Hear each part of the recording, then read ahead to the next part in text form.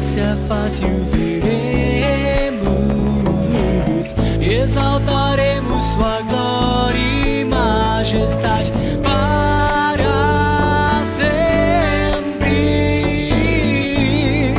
Maravilhoso,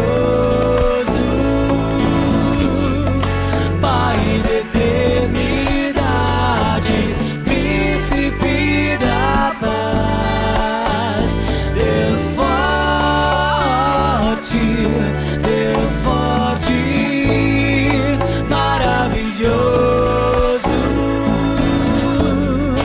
Pai da eternidade, Príncipe da paz, Deus forte, Deus forte.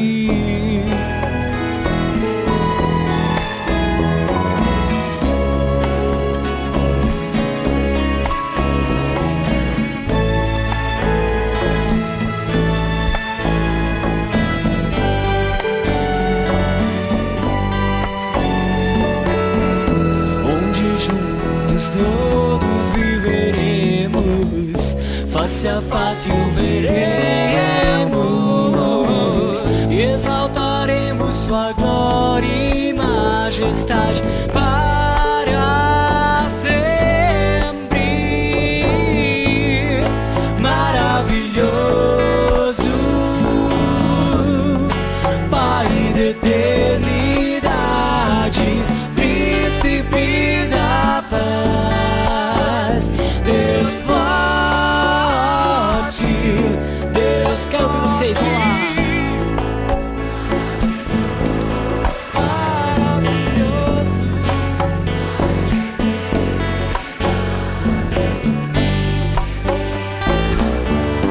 Bonito, Deus forte,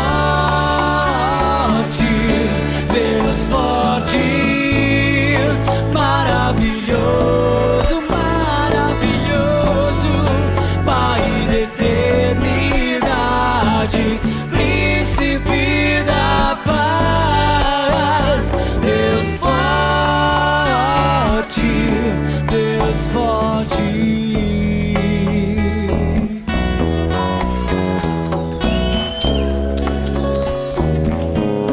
Deus forte.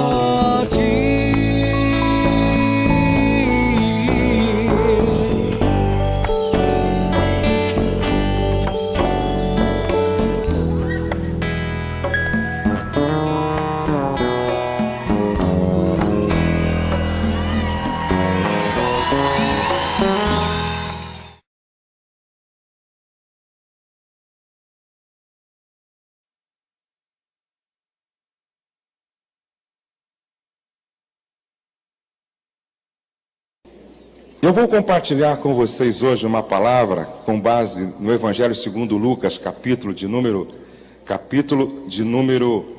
15.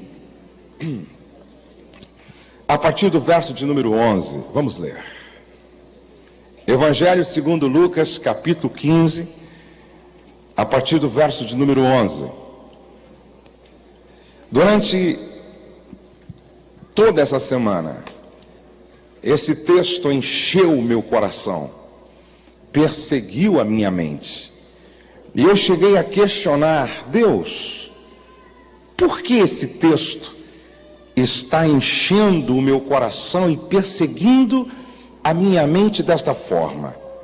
Eu penso que o Senhor tem algo muito especial para tratar com algumas pessoas. E eu fui escrevendo, fazendo algumas anotações, e quero compartilhar isto com vocês hoje de uma forma simples, sem nenhuma pretensão de trazer grandes revelações, mas eu não tenho dúvida, o que vai ser compartilhado aqui é profético para a sua vida. Isso pode resultar em restauração, em cura, em transformação. Vamos ler. Continuou: certo homem tinha 2 filhos. O mais moço deles disse ao pai: dá a minha parte que me cabe dos bens. E ele lhes repartiu os haveres. Passado não muitos dias, o filho mais moço, ajuntando tudo o que era seu, partiu para uma terra distante e lá dissipou todos os seus bens, vivendo dissolutamente. Depois de ter consumido tudo, sobreveio àquele país uma grande fome e ele começou a passar necessidade. Então ele foi e se agregou a um dos cidadãos daquela terra, e este o mandou para os seus campos a guardar porcos. Ali desejava ele fartar-se das alfarrobas que os porcos comiam, mas ninguém lhe dava nada. Então, caindo em si, disse: quantos trabalhadores de meu pai têm pão com fartura, e eu aqui morro de fome?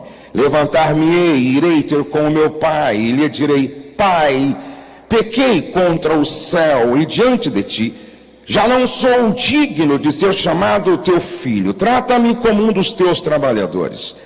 E levantando-se foi para seu pai. Vinha ele ainda longe, quando seu pai o avistou, e compadecido dele, correndo, o abraçou e beijou. E o filho lhe disse: Pai, pequei contra o céu e diante de ti, já não sou digno de ser chamado teu filho. O pai, porém, disse aos seus servos: trazei depressa a melhor roupa, e vestiu. Pondo-lhe um anel no dedo e sandálias nos pés, trazei também e matai um novilho cevado.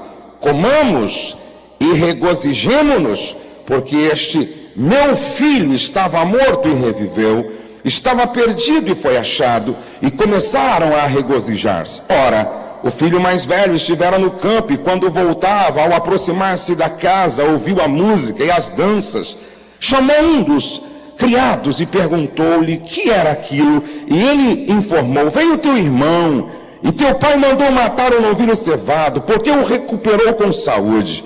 Ele se indignou e não queria entrar. Saindo, porém, o pai procurava reconciliá-lo, mas ele respondeu a seu pai: há tantos anos te sirvo, sem jamais transgredir uma ordem tua, e nunca me deste um cabrito sequer para alegrar-me com os meus amigos.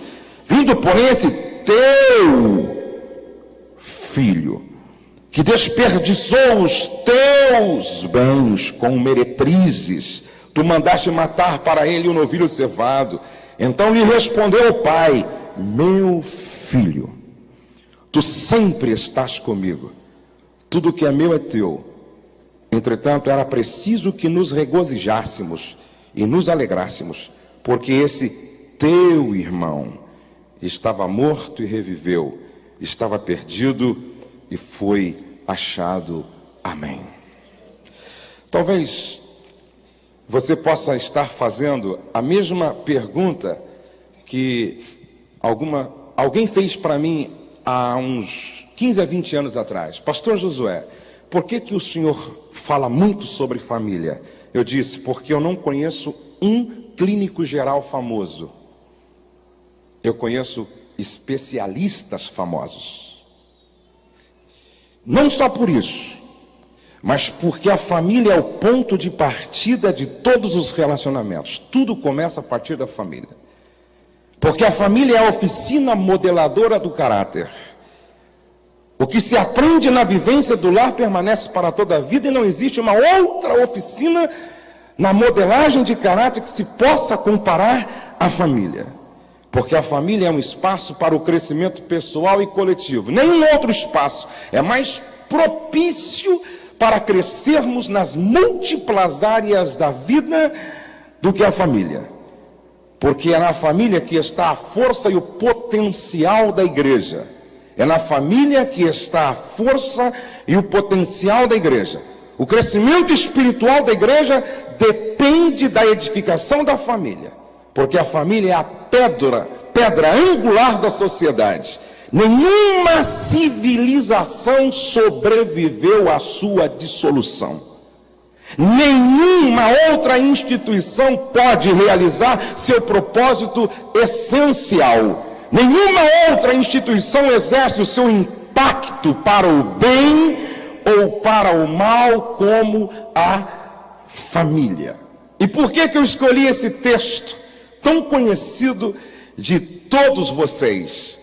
A intenção é repensar a família, ou por que não dizer aprender sobre família a partir da perspectiva de um pai que teve uma experiência extremamente traumática e de um filho que, da mesma forma, foi o elemento principal dessa experiência traumática. Jesus constrói uma parábola. Ele começa a construção da parábola falando de uma família que experimenta uma grande crise. Uma grande crise. E vocês hão de convir comigo que existem pelo menos 2 momentos muito perigosos na vida de qualquer um de nós. Primeiro, é aquele momento semelhante ao de José, do capítulo 39 de Gênesis, aonde diz o texto que aonde José colocava sua mão, dava certo. Onde José colocava sua mão, prosperava. Aonde José colocava sua mão, Deus abençoava. Alguém afirmou, e é verdade, o sucesso é um terreno minado. Isto porque enquanto você está na parte de baixo da pirâmide do sucesso, o seu espaço para movimentação é muito amplo. Ninguém te conhece, ninguém te percebe, ninguém te observa, ninguém te vê. Mas na proporção que você vai crescendo na pirâmide do sucesso, você vai se expondo, e o espaço para a sua movimentação vai diminuindo. E quanto mais você sobe, mais você é percebido, observado, analisado, ponderado, estudado, vasculhado, e cada passo seu se torna, tem que ser dado de forma criteriosa, porque o perigo é muito grande. Você tem um curto espaço no topo da pirâmide para se movimentar. E é vivendo esse tempo de sucesso que corremos o grande risco de baixar a guarda, de nos descuidarmos, de pensar que somos o que na verdade não somos, e de pensar que temos o que na verdade não temos. Um outro tempo muito perigoso é o de Jó e o do pai do filho pródigo, porque é um tempo de perda. E não se perde qualquer coisa, não se perde algo, se perde alguém.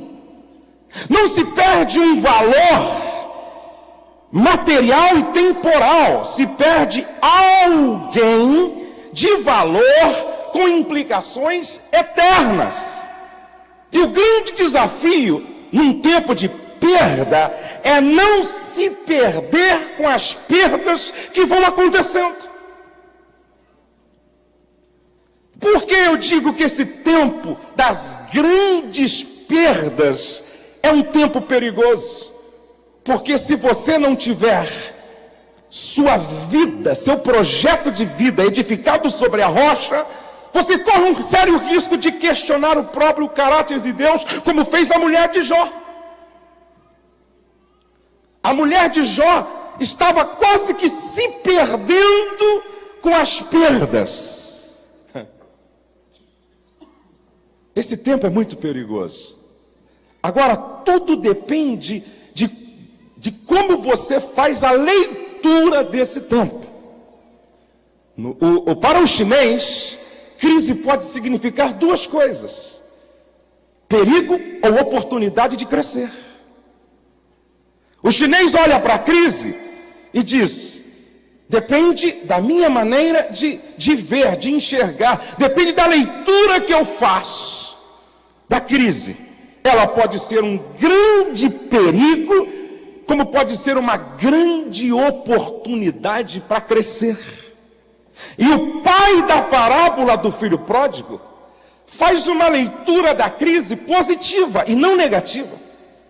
Isto porque, apesar de estar perdendo, ele não se deixa perder com a perda. E aqui está o grande segredo para vencer em tempo de crise: não se deixar perder com as perdas que podem acontecer. Sabe por que eu afirmo que ele fez uma leitura positiva do que estava acontecendo, porque ele não desiste dos seus projetos. Ele não diz: não valeu a pena gerar 2 filhos, não vale a pena investir em família. Muito pelo contrário. E a pergunta é esta, gente: o que nós podemos aprender com este pai, com este filho e com esta família? O que nós podemos aprender com tudo o que aconteceu na casa do filho pródigo? Número 1, você precisa entender que nem tudo na família sai como nós planejamos. Eu vou repetir isso. Nem tudo na família sai como nós planejamos. Eu tenho 3 filhos. A Letícia com 20 anos, o Douglas com 17 anos e o Pedrinho, que é filho do coração, que veio para casa com 24 horas de nascido, de 9 anos. Todos os dias não, pelo menos uma vez por semana, eu contei para os meus filhos histórias da Bíblia e outras histórias que ensinam lições de vida. Todos os dias, um dos meus filhos oraram comigo no almoço.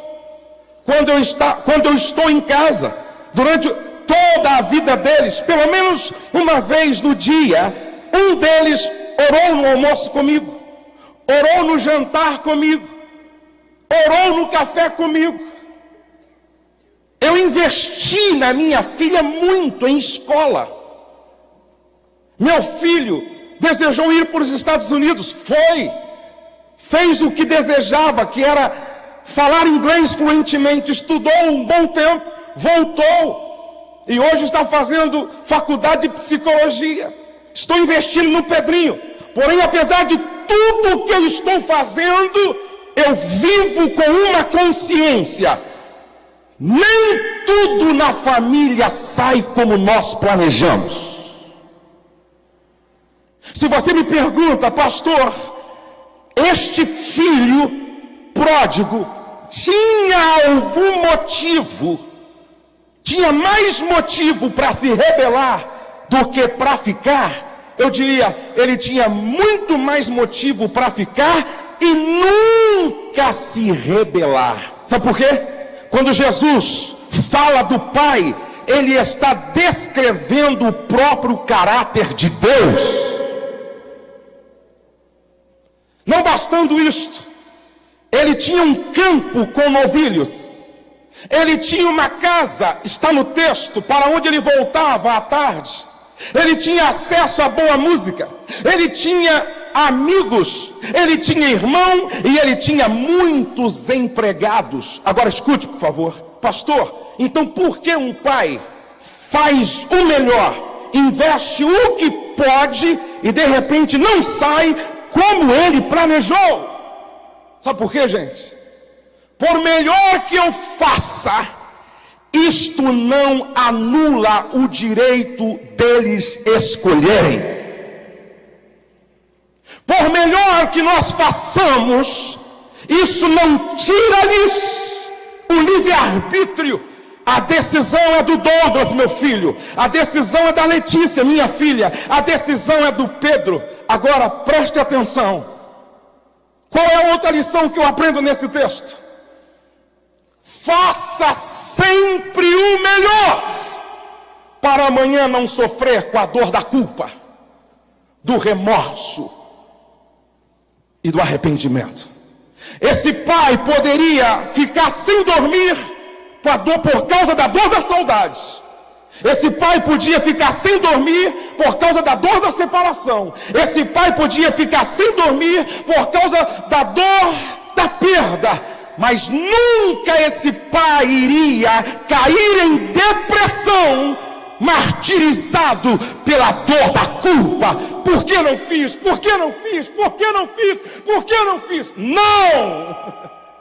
Hoje eu entendo porque Jesus lavou os pés de Judas.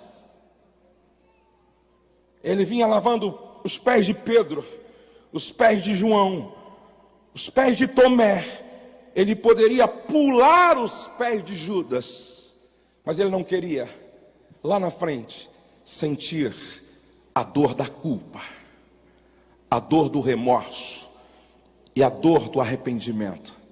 Mesmo quando Judas chega para lhe dar o beijo da traição, ele olha para Judas e diz: amigo, a que vieste? Sabe o que Jesus estava dizendo para Judas? Se você desistiu de mim, eu não desisti de você. Xaramanai ovasui candanas. Faça o seu melhor. Faça o melhor para sua sogra. Faça o melhor para o seu sogro. Faça o melhor para a tua mulher. Faça o melhor para o teu marido. Faça o melhor para os teus filhos. Porque amanhã mesmo que você esteja ao lado do caixão, a dor do remorso não vai te deprimir. Você vai dizer: eu fiz o melhor. O filho pródigo desistiu do pai, mas aquele pai nunca desistiu do filho pródigo. Eu estava hoje pela manhã pensando numa história que eu li, de um garoto que chegou em casa, e ele chamou o irmãozinho para brincar logo pela manhã, e eles estavam brincando de bolinha de gude, e de repente ele olha para o irmão Ricardo e diz assim: Ricardo,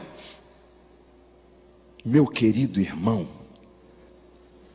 como eu te amo, eu nunca quero ficar longe de você.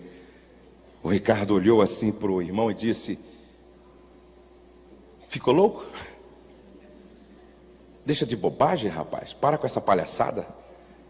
Vamos jogar logo, vamos jogar. Ele ficou sem graça, o Júlio ficou sem graça. À tardezinha, depois de terem brincado muito, o pai chega. Essa história é verídica. O pai se chamava Jacó. O pai chega do trabalho estressado, mal-humorado, e o Júlio corre e diz: querido papai, você sabia que eu te amo muito e não quero nunca ficar longe de você? O pai estressado disse: deixa de besteira, moleque, deixa de bobagem, vá brincar, para com isso. O menino entrou no seu quarto. A mãe sente sua falta e vai em sua procura. Quando a mãe entra no quarto, ele está agachado no cantinho da parede, chorando. A mãe levanta ele, o abraça, e ele diz: mãe, você sabe que eu te amo tanto e nunca quero ficar longe de você. A mãe abraça, enxuga suas lágrimas e diz: mamãe também te ama e nós sempre vamos estar juntos. Quando eles estavam se recolhendo para dormir, a mãe, Joana, disse para o marido Jacó: querido, eu estou muito preocupado com o Júlio. O comportamento dele durante o dia hoje não foi normal. Ele disse: esse moleque está querendo chamar a atenção. Deita e dorme, mulher.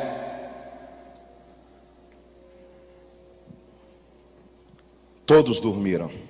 2 horas da manhã o Júlio acorda, vai até o quarto do irmão Ricardo, acende a luz e fica olhando assim para a expressão facial do irmão dormindo. O irmão leva um susto e acorda. Ficou louco, meu? Você não tem o que fazer, não? Vai dormir, deixa eu dormir em paz, pô. Ele apagou a luz sem graça, saiu, foi para o quarto do pai, acende a luz e fica olhando para o pai e a mãe dormir. Por causa da claridade, o pai acorda. Quando o pai acorda, diz: você está doente? Vai dormir, seu doente. Você não tem o que fazer, não? Vai entrar! Antes que eu te dou uns tapas. Sem graça, ele apagou a luz, foi deitar, dormiu. No outro dia, a família toda acordava pela manhã, cedinho. Acordaram, Ricardo acordou, o seu Jacó acordou, Dona Joana acordou. E aí o seu Jacó, estressado, percebeu que o Júlio não acordava, foi lá chamar, gritando: você não vai levantar não! Vai perder a hora da escola hoje! Deu uma saída, viu que não levantou, chegou no quarto, pegou o cobertor, puxou, disse: levanta, moleque! Só que ele percebe que o moleque não se move, que o menino não se mexe. E quando ele olha, o menino está pálido, com os olhos fechados. Ele coloca a mão sobre o Júlio. Júlio está morto. Ele segura na mão do Júlio e começa a gritar: Joana, Joana, o Júlio morreu, o Ricardo vem, não é possível. Mas de repente o filho Ricardo percebe que o Júlio dormiu com um papel na mão. E a família pega o papel. E eu trouxe o que o Júlio escreveu. O Júlio escreveu assim: outra noite, Deus veio falar comigo através de um sonho. Apesar de eu amar minha família e de ela me amar também, teríamos de nos separar. Eu não queria isto, mas Deus me explicou que seria necessário. Não sei o que vai acontecer, mas estou com muito medo. Gostaria que ficasse claro apenas uma coisa: Ricardo, não se envergonhe de amar seu irmão. Mamãe, a senhora é a melhor mãe do mundo. Papai, o senhor de tanto trabalhar esqueceu-se de viver. Eu amo todos vocês. A palavra do Senhor para o teu coração hoje é esta: faça o melhor que você puder, para amanhã não ser deprimido com a dor do remorso. O pai do filho pródigo não chorou por causa da dor, do arrependimento, do remorso, porque ele fez o melhor que podia. Qual outra lição que nós aprendemos nesse texto? Olhem para cá todos, por favor.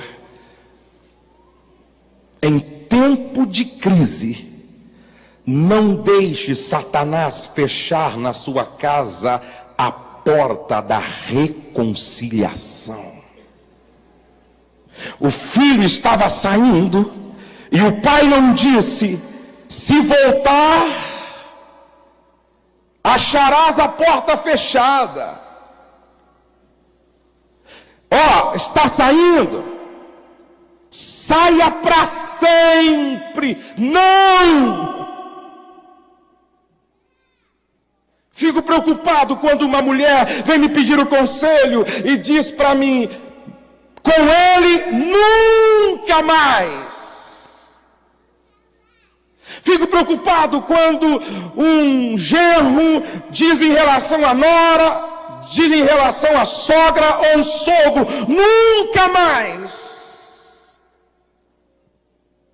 O pai não aceita que se feche a porta da reconciliação na sua casa. Sabe por quê? Porque o milagre de Deus passa por esta porta. O que Deus tem para fazer passa por esta porta.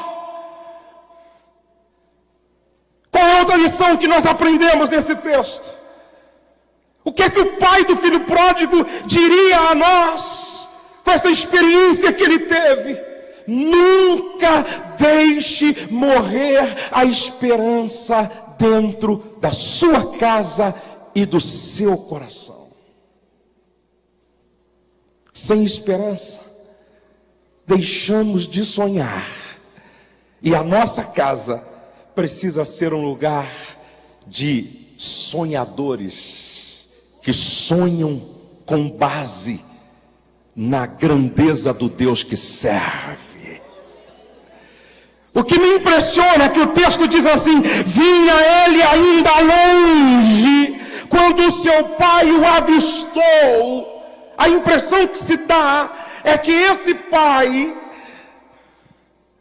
não saía da janela, não saía da varanda.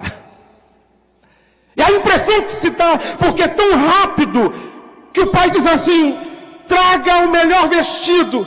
A impressão que se dá é que ele comprou o vestido, e se alguém perguntasse por que esse vestido para uma festa importante, porque não era qualquer vestido, era uma vestimenta real. Por que esse anel de ouro está comprando? Por quê? Por que está reservando essa sandália nova? Por que está cevando este bezerro? Porque ele vai voltar, ele vai voltar, ele vai voltar. Eu sonho.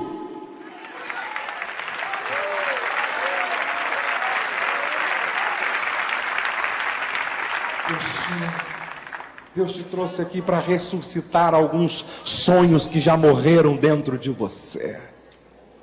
Minha irmã, já fazem 3 anos que o seu marido foi embora. Por que não troca a cama de casal por uma de solteiro? Porque ele vai voltar. Por que esse vestido novo? Eu sonho, eu tenho esperança. Por que esse anel de ouro? Eu sonho, eu tenho esperança. Por que está cevando esse bezerro? Eu sonho. Será que Deus não te trouxe aqui para dizer: comece a preparar a festa da celebração da grande vitória? Comece a preparar o ambiente para aquilo que eu vou fazer. Se você deixa de sonhar, você perde a própria razão de existir e de viver. Você só chega até onde os teus sonhos chegam. Os nossos sonhos são a matéria-prima das realizações. Se morre a esperança, eu deixo de sonhar. Por pior que seja o teu momento, assim diz o Senhor: continue sonhando, continue sonhando, continue sonhando. Deus pode fazer além do que você pede ou imagina. Deus pode fazer mais. Sonha! Só os que sonham compram um vestido para a celebração da vitória. Só os que sonham servam o bezerro para o grande churrasco da vitória. Só os que sonham compram um anel de ouro e diz: vou devolver a ele uma posição de autoridade. Só os que sonham começam a fazer o convite para os amigos antecipadamente. Só os que sonham preparam o ambiente para a grande festa da vitória. Deus está dizendo para você que parou de sonhar: volte a sonhar, porque a sua história não vai terminar em tragédia, vai terminar com danças de alegria, cânticos de vitória e de celebração. Se você crê nisso, aplauda ao Senhor, porque é Ele quem ministra isso ao seu coração hoje.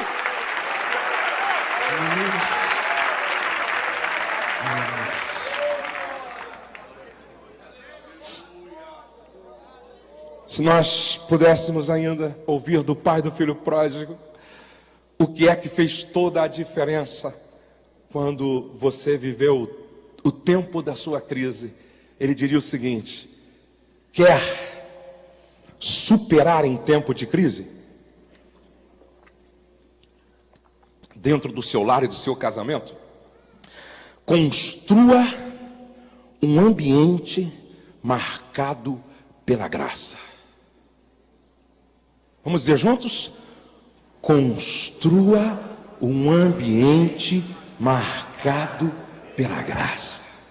Pastor Silmar Coelho, do início ao fim da parábola, todas as ações do Pai foram manifestações de graça.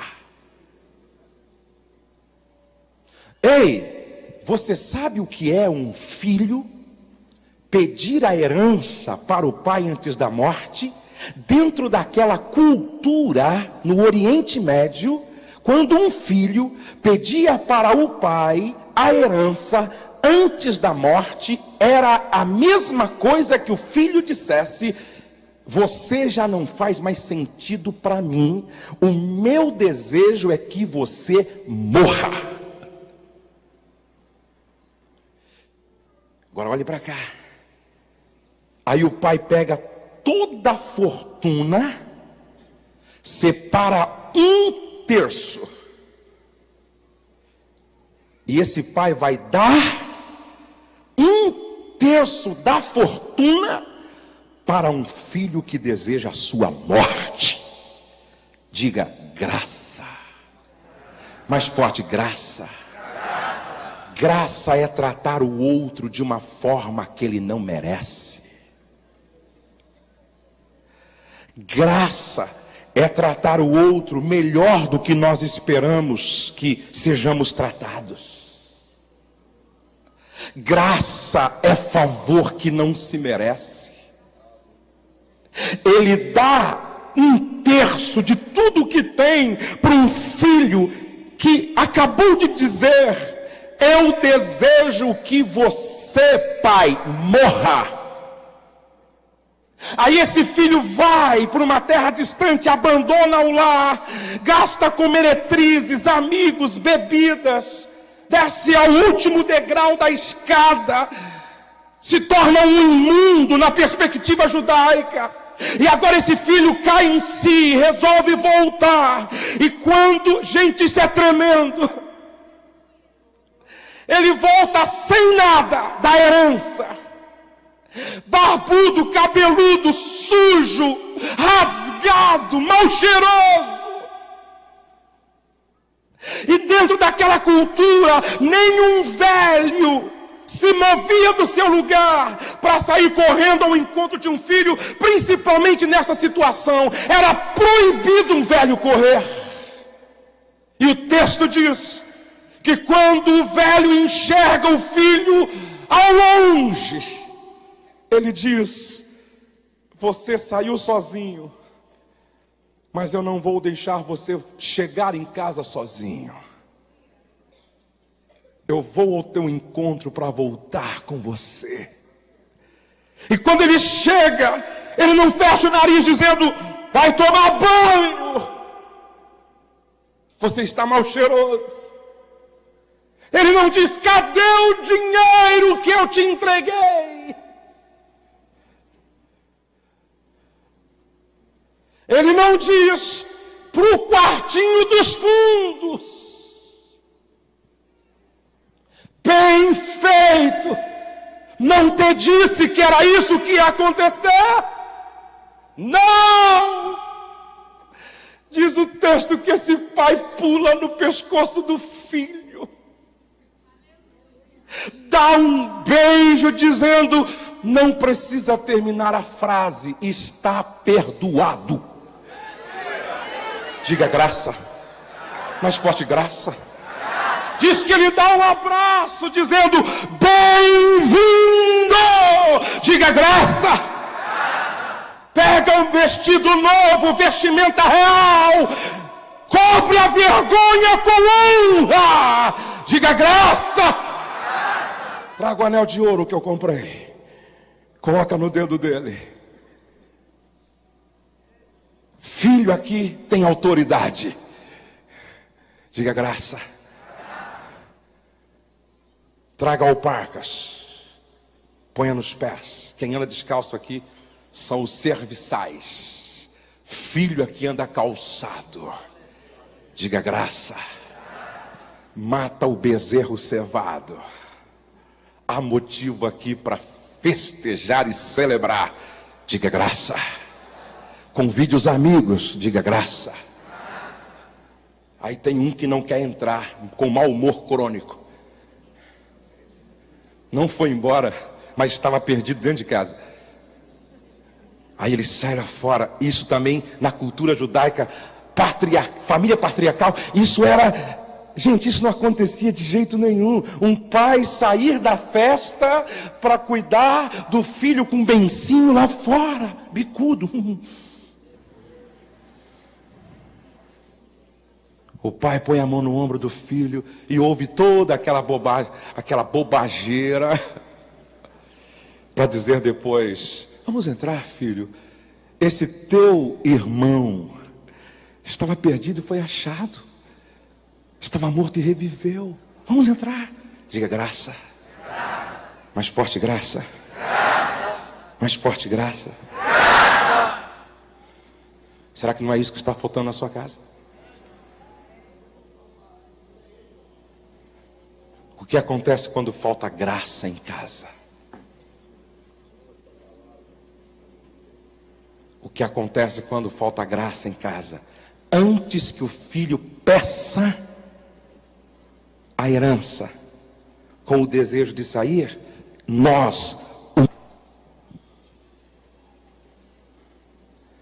não é o filho que vem para dizer: estou saindo. Às vezes é o pai ou a mãe que o manda embora. O que acontece quando falta graça? Regras se tornam mais importantes do que relacionamentos, comprometendo o processo de construção do projeto. Diga comigo: relacionamentos vêm antes de regras. Ei, seu filho nunca vai te respeitar se você primeiro não construir relacionamentos de confiança com eles. Quando falta graça, os presentes, coisas, se tornam mais importantes do que presença, pessoas. Fico preocupado quando se dá mais valor a um carro do que a um filho. Pô, a gente é capaz de sair com o cachorro para que ele faça suas necessidades fisiológicas todos os dias, passeando conosco no jardim. Mas não saímos com a família. O cachorro se tornou prioridade na nossa lista de prioridades.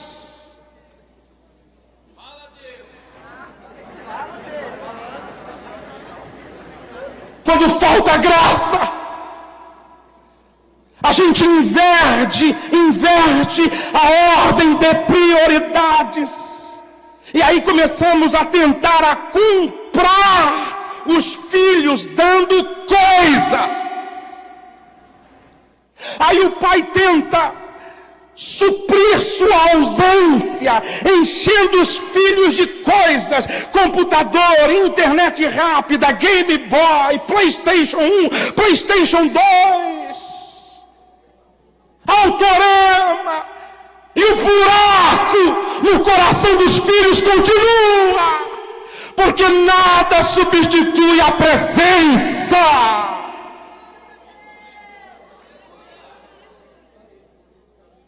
Sharai Jono Vasui Becancho non daragachai andanas. Quando falta graça, a indiferença petrifica o coração da família, porque não somos mais capazes de agir de forma proativa e ouvir de forma empática. Não somos capazes de ouvir o outro se colocando no lugar dele para sentir o que ele está sentindo. É cada um para si e Deus para todos. Quando falta graça, a indiferença petrifica o coração da família, e aí não há reconstrução, aí não há reconciliação, aí não há restituição, porque tudo é possível quando reina a graça. Onde reina a graça, todos dizem uns para os outros: eu me importo, eu me importo, eu me importo com as tuas lágrimas, eu me importo com a tua dor. Eu estou preocupado com você porque a sua expressão facial revela um coração em tempestade. Eu me importo. Olhe para cá. Quando falta a graça que tinha em abundância na casa do filho pródigo, construímos mais paredes que separam do que pontes que ligam um coração ao outro. Em algumas casas, as pessoas são treinadas a construir paredes, mas não são ensinadas a construir pontes. Quem ainda não aprendeu a construir pontes, corre o risco de terminar a vida num asilo, sozinho, sem merecer a visita do cachorro de estimação. Como você quer terminar a sua vida?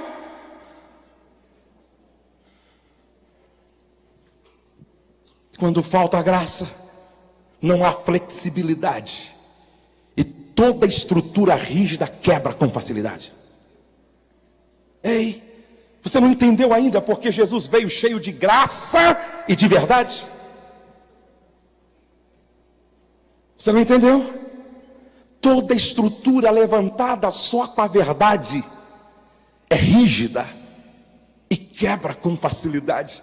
É a graça que dá a flexibilidade e não deixa o prédio cair, e não deixa a ponte quebrar, e não deixa a árvore quebrar. Sabe quais são as árvores que quando vem a tempestade, elas não se quebram? Pelo contrário, quando termina a tempestade, elas estão eretas mais forte do que antes. São as árvores flexíveis, elas beijam o chão, mas quando passa a tempestade, elas voltam para o seu lugar. Deus quer te dar graça nesta manhã. Deus quer te dar graça nesta manhã. Deus quer te dar graça nesta manhã. Sua vida familiar não pode ser quebrada.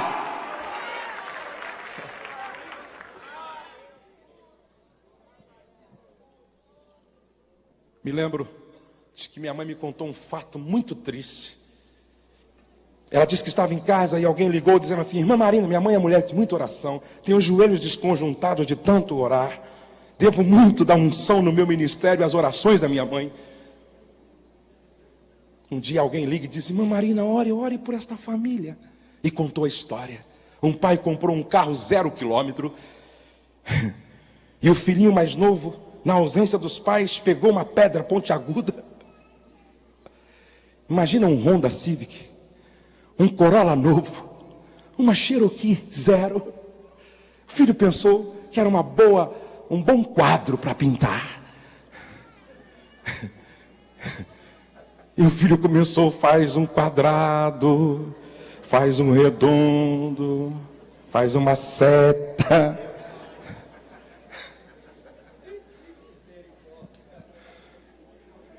Quando os pais chegaram, o pai, materialista, idólatra, ficou possesso. Pegou o menino. A mãe segurava e o pai batia nas mãos do menino. A mãe ficou louca, possessa. E um segurava, outro batia. Quando cansava um, outro segurava e batia. Ficaram assim, fora de si, endemoniados. Isso não é historinha, gente. Ligaram pedindo oração para minha mãe. Deformaram a mão da criança de tanto bater.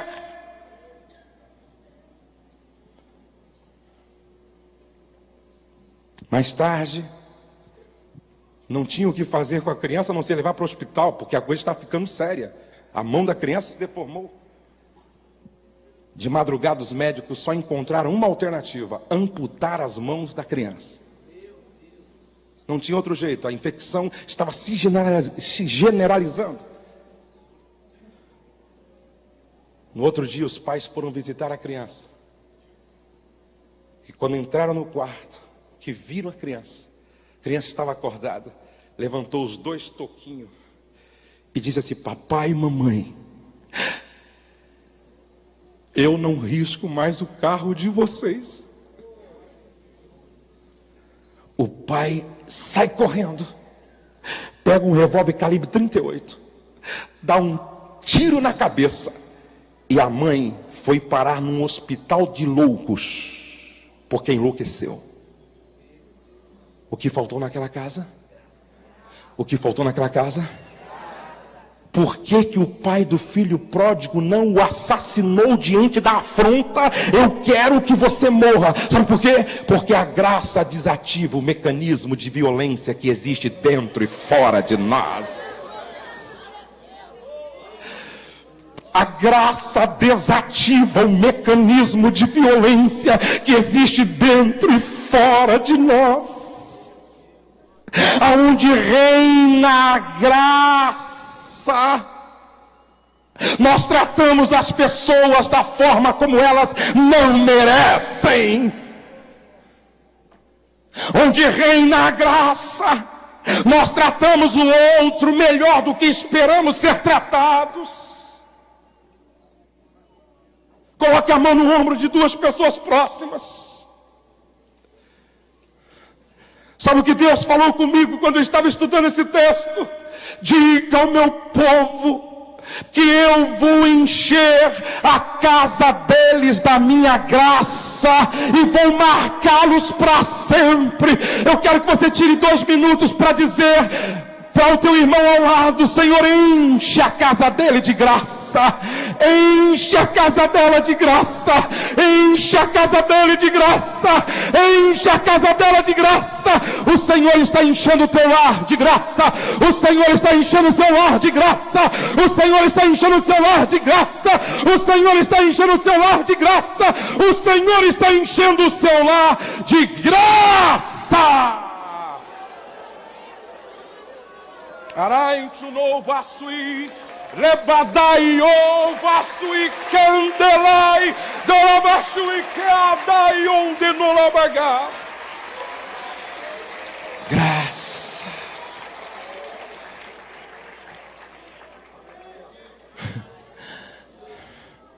Eu sinto a graça de Deus aqui hoje à noite, esta manhã. Terminando, quantos querem ouvir o filho pródigo agora? Quantos querem, já ouvimos o pai, quantos querem ouvir o filho pródigo agora? Levante a mão, vamos ouvi-lo. O que você tem a nos dizer depois dessa experiência, rapaz? Ele diria assim, ó: cuidado com as suas decisões em tempo de crise, porque se você decidir errado, o seu fim vai ser entre os porcos. Você está em crise no teu ministério? Durma um pouco mais sobre o teu problema. Tenha amigos conselheiros. Não se precipite. Uma decisão errada tomada em tempo de crise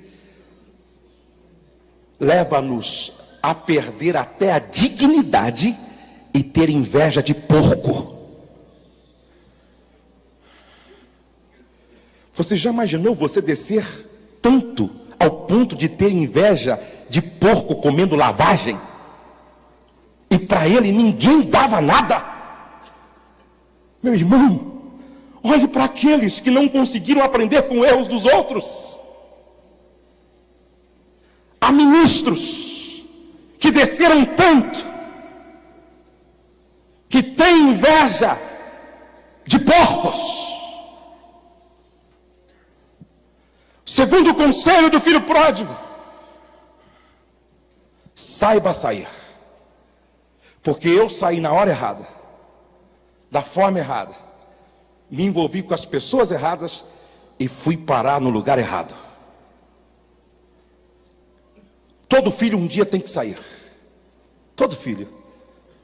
Diga comigo: casamento é permanente, filhos são temporários.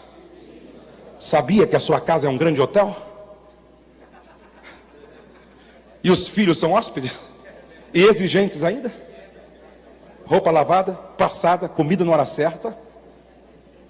Internet, banda larga. E agora, wireless, sem fio. E quando sai, além de não pagar a conta, quer festa.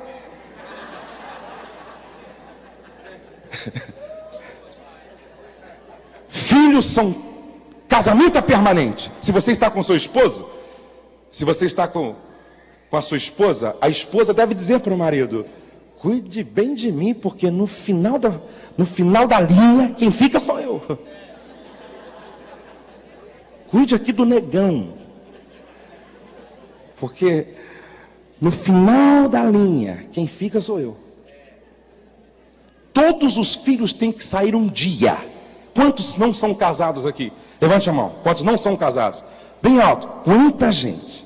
Então eu vou ensinar vocês a saírem de casa.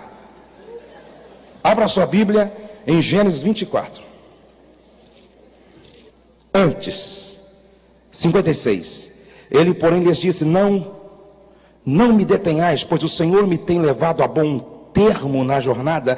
Permite que eu volte ao meu Senhor. Disseram: chamemos a moça e ouçamo-la pessoalmente. Chamaram, pois, a Rebeca e lhe perguntaram: queres ir com este homem? Ela respondeu: irei. Então despediram a Rebeca, sua irmã, e a sua ama, e ao servo de Abraão e a seus homens, abençoaram a Rebeca.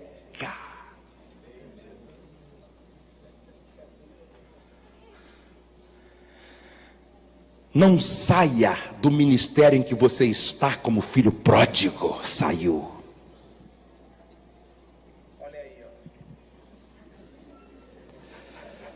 Não saia da igreja em que você pertence como filho pródigo. Saiu. Não saia, moça, rapaz, da sua casa como filho pródigo. Saiu. Você corre o risco de comer lavagem junto com aquele cara,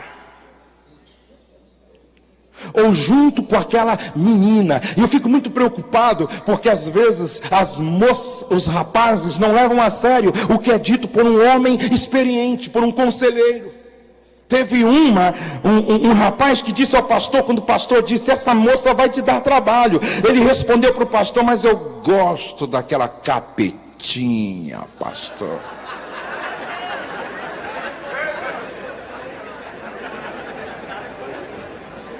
Casou-se. Uns 10 anos depois, o pastor está na casa dele e ouve na porta. Ele sai. Quando ele sai, um esmoler barbudo, cabeludo, com a calça assim, só com a metade, descalço, e um pé envolvido com um saco plástico e uma faixa. Só tem aí um copo d'água, um prato de comida. O pastor, quando olhou, disse: rapaz, você é aquele moço para o qual eu disse: não se case com ela, porque Deus tem algo melhor para a tua vida. Diz que o moço gritou: pastor, eu casei com aquela mulher e caí dentro do inferno. E saiu pedindo esmola. Quem tem ouvido, ouça o que o Espírito diz à igreja. Saiba sair. Número 3. Número 3. Estou terminando. Não deixe para dar valor à sua família quando você estiver entre os porcos ou no inferno. Porque o rico da parábola só lembrou que os irmãos eram importantes quando estava no inferno. Pai Abraão, manda alguém na minha casa. O filho pródigo diria: eu só dei valor ao meu pai quando eu fui parar no último degrau da escada, quando não tinha mais como descer além da onde eu já tinha descido. Ali então eu me lembrei de que o meu pai era importante. Será que Deus não te trouxe aqui para colocar isso dentro do seu coração?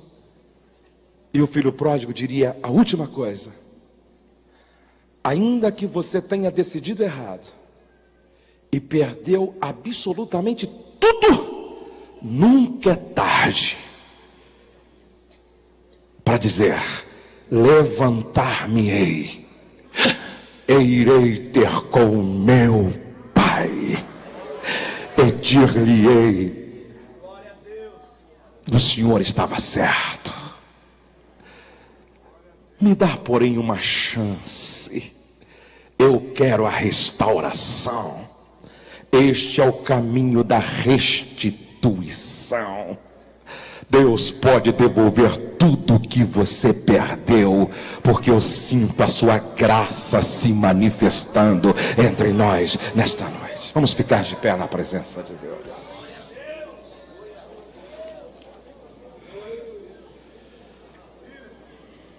Todos de pé, por favor. Aquela família se desviou da igreja. Se desviou da igreja. O pastor foi visitá-la. Quando o pastor bateu na porta, a mulher gritou lá da janelinha: eu sei o endereço da igreja. Quando eu quiser, eu volto. O pastor foi 3, 4, na última vez, o pastor chegou em casa e orou: Deus, diz isso. Eu não volto mais naquela casa. Deus disse: eu não desisti ainda. Graça. Diga graça. Mais forte, graça. Aí Deus disse para ele assim: vai. E agora é a última vez, vai. E diga para ela: amanhã cedo, antes de fazer o café, dizer: misericórdia. Só isso. Ele foi. A irmã saiu na janelinha de novo da porta. Fala, pastor. Ele insistiu: irmã, é a última vez. Desce aqui. É a última mesmo? Irmã, desce aqui, é a última vez, eu prometo que não volto mais. A irmã desceu. Ele disse: só uma palavra. Amanhã, antes de você fazer o café, diga: misericórdia. Passe bem. Deus te abençoe. E foi embora. Ela foi tomar banho, aquele negócio: misericórdia. Ela deitou com aquilo: misericórdia. Graça. Misericórdia. No outro dia ela acorda, quando ela vai fazer o café, ela pega o fósforo para acender o fogo, diz: bom, se eu disser, custa nada, eu vou dizer esse negócio. Ela começou: misericórdia, misericórdia, misericórdia, misericórdia, misericórdia, misericórdia, misericórdia, misericórdia. O marido viu que não saiu o café, foi lá. Chegou lá: ó mulher, que negócio é de misericórdia? Misericórdia, misericórdia. Aí um olhar para o outro: misericórdia, misericórdia, misericórdia, misericórdia. Entrou uma filha, acordou. Que negócio é esse de misericórdia? Misericórdia, misericórdia. Agora era 3: misericórdia, misericórdia, misericórdia, misericórdia, misericórdia. Entrou uma outra filha: misericórdia, misericórdia, misericórdia. Agora era 4: misericórdia, chorando e dizendo: misericórdia, misericórdia. Entrou o último filho: ei, vocês ficaram loucos com esse negócio de misericórdia? Misericórdia, misericórdia, misericórdia, misericórdia. Abraçaram e diziam misericórdia, misericórdia. As lágrimas molhavam o chão da cozinha. Daqui a pouco o céu se abriu, a glória desceu e todos foram batizados com o Espírito Santo e com fogo e voltaram para a casa do Senhor. A graça de Deus voltou naquela casa.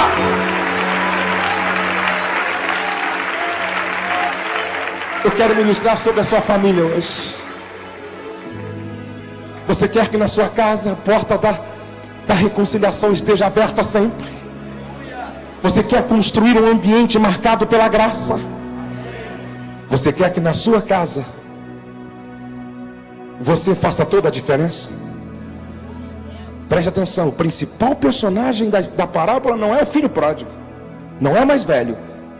O que fez toda a diferença naquela casa foi o pai. Sabe o que o Senhor está dizendo para você? Eu quero te levantar como agente de transformação da sua família. A partir de você, a história da sua família pode ser outra. Se você quer isso, saia do seu lugar, vem aqui na frente. Eu quero ministrar sobre a sua vida hoje. Se você quer ser um instrumento de Deus para mudar a história da sua família, se você quer ser este agente de transformação da sua casa, se você quer ser o personagem que Deus vai usar para fazer toda a diferença, saia do seu lugar e já venha dizendo assim: graça, graça. Vamos cantar enquanto eles estão vindo, graça.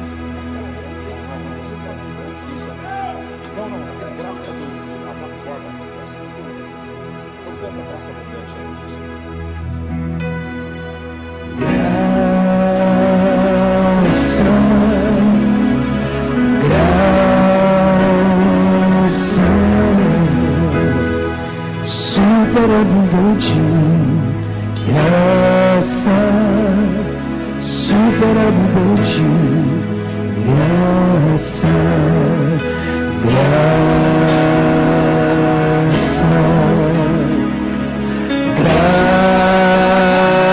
graça, superabundante graça, superabundante graça. E a sua voz diga: graça, oh, graça, superabundante graça, superabundante graça, graça, oh, graça, superabundante graça, superabundante graça. Coloque a mão no ombro de uma pessoa que seja próxima de você, assim. Enquanto eu estou ministrando sobre todos vocês, eu quero que você ministre sobre a vida do seu irmão.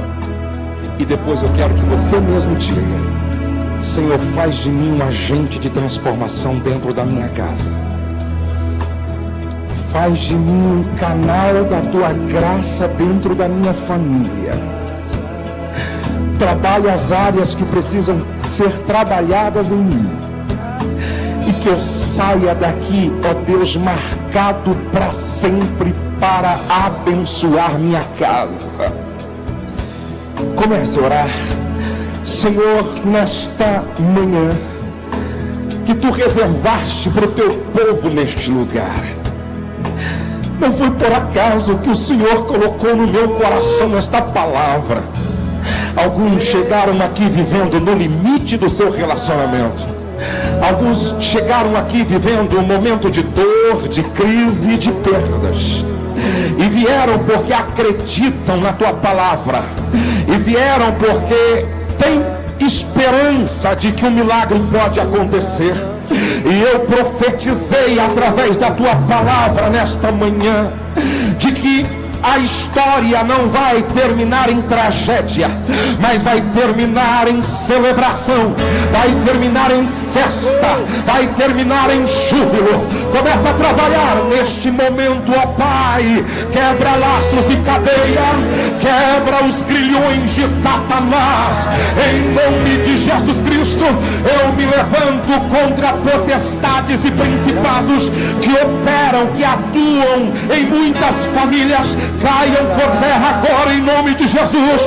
Caiam por terra agora em nome de Jesus. Toda a fortaleza do ódio, toda a fortaleza do sentimento de vingança, toda a fortaleza da prostituição e do adultério, todo espírito de conflitos e guerras familiares, caia por terra agora em nome de Jesus, em nome de Jesus, em nome de Jesus, em nome de Jesus, em nome de Jesus.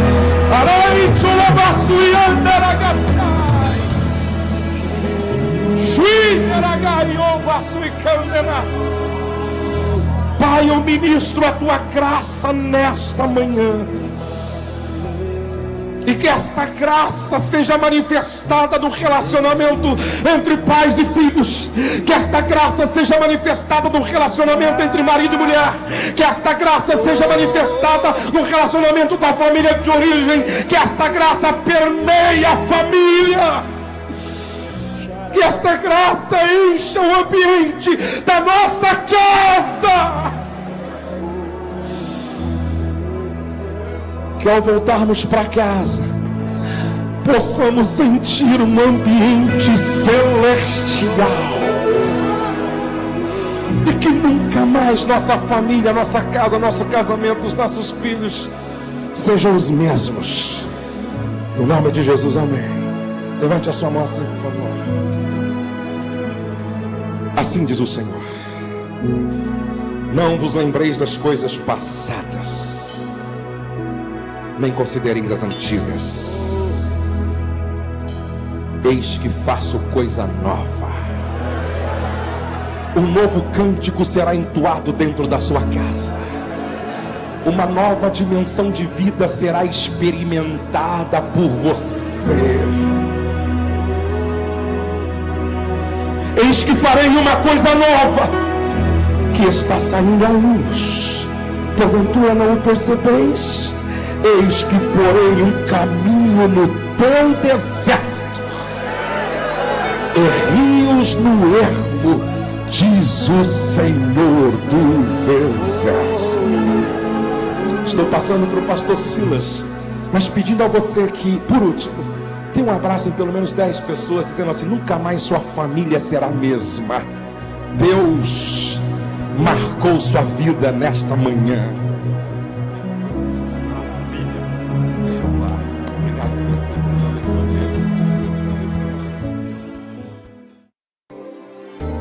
Você ouviu Pastor Josué Gonçalves.